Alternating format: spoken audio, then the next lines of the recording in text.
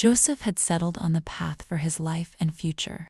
He knew he was bound to. Oh, congrats, my boy. Thank you.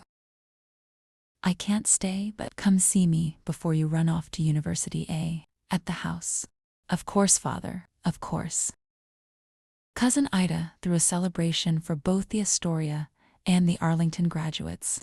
It was lovely, of course it was lovely, but Joseph was simply not that interested.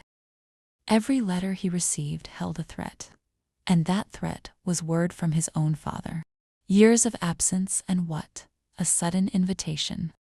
The day came when the letters should have been something jubilant. Acceptance into the University of Calumet for Joseph, Sawyer, and Damien alike.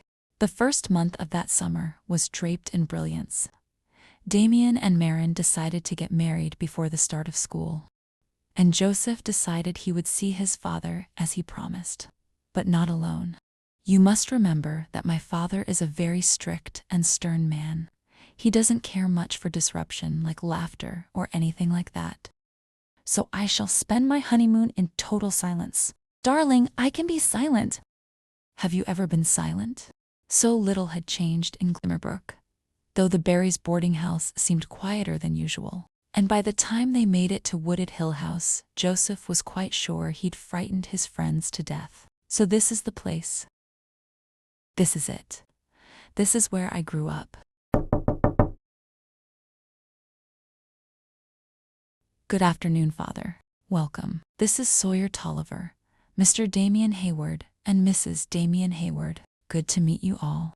This is my wife, Bertha Ratliff. A year. Well, these things can happen quickly.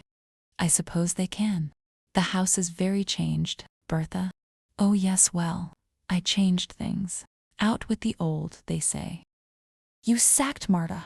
It was a necessary change. She wasn't happy working here. And what of the Barrys? It looked closed. I don't know why you'd care, but they moved on too. The whole town is changing. Out with the old. Can you believe he said that? And Bertha? She's practically a girl. He meant furniture, Joey, not you. Aren't you happy? He's happy. The man you made him out to be was a terror. You're right, Sawyer. I'm overreacting. I'll have a bath. Take some time. Joseph didn't know why he felt so disappointed. Something dashed his expectations, but he couldn't quite say what. Corin was right about the new wife. Marta wasn't happy here, so why was he so crushed?